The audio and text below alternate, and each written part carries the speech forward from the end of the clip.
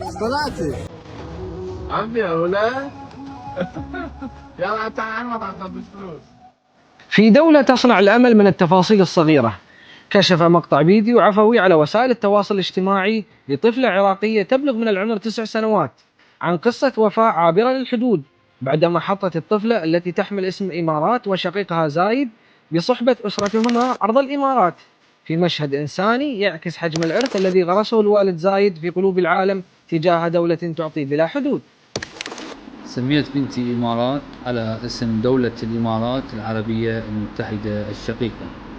سميت ابني زايد على أبونا زايد رحمه الله. ما كنت متوقع أنه فرحة بنتي إمارات تتحول إلى جسر يربط عائلتي في دولة الإمارات. جتني دعوة من مؤسسة خليفة الإنسانية لزيارة دولة الإمارات، وهذا الخبر فرحني طبعا هواية أنا وعائلتي.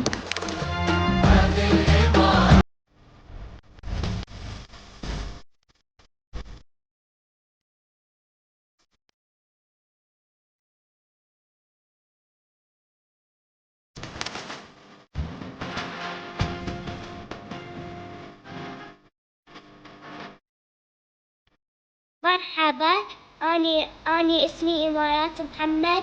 أشكر دولة الإمارات. أني أتمنى أكمل دراسة وأعيش بالإمارات.